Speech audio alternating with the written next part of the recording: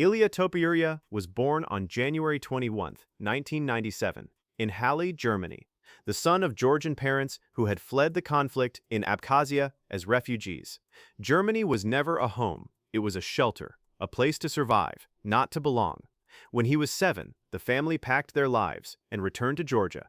That was where the fighting began, on the wrestling mats, in the Greco-Roman tradition that runs through Georgian national identity like a spine. Then the ground shifted again.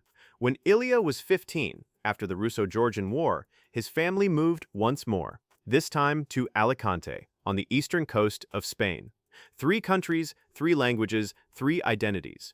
Most kids would have broken. Ilia Topuria sharpened. His first contact with combat sports came at school, where he began practicing Greco-Roman wrestling alongside his brother Alex.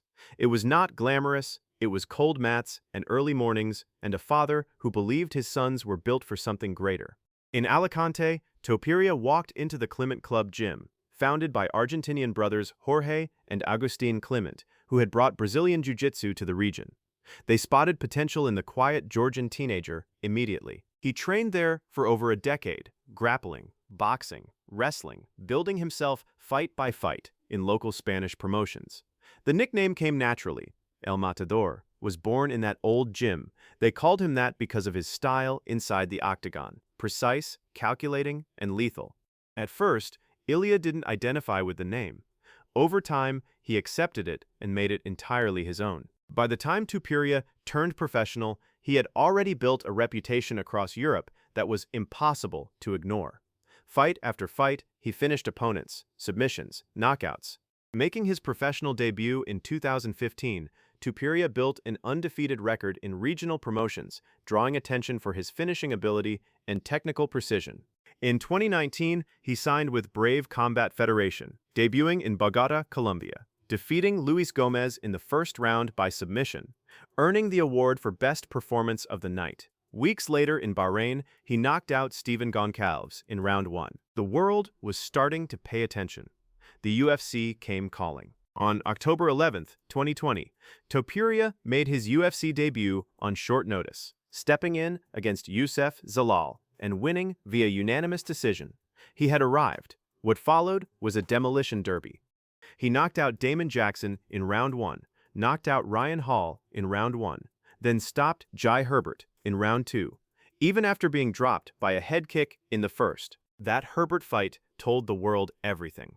He got knocked down, he got back up, he finished the fight, he climbed off the floor, and knocked Herbert out anyway. He submitted Bryce Mitchell with an arm triangle in round 2 at UFC 282, then went 5 rounds to beat Josh Emmett in a fight of the night performance.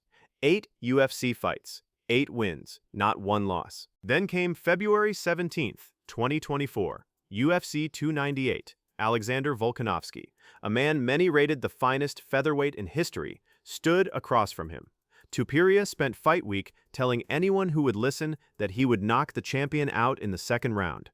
He changed his social media bio to champion and undefeated before he had won a single thing. He knocked Volkanovski out in the second round exactly as promised. On October 26, 2024, at UFC 308, Tuporia defended his featherweight title against Max Holloway, knocking him out in the third round, the first knockout loss of Holloway's career, earning yet another Performance of the Night bonus. But featherweight was no longer enough. Facing difficulties cutting weight and a desire to pursue greater challenges, Tuporia vacated his featherweight title and moved up to lightweight. On June 28, 2025, at UFC 317, Ilia Topuria faced former lightweight champion Charles Oliveira. He knocked him out at 2:27 of the first round, becoming the 10th multi-division champion in UFC history, and the first undefeated 2-division champion the sport had ever seen. For a brief, blazing moment, Ilia Topuria stood at the absolute summit of mixed martial arts. He had beaten 3 former world champions by knockout in his last 3 fights.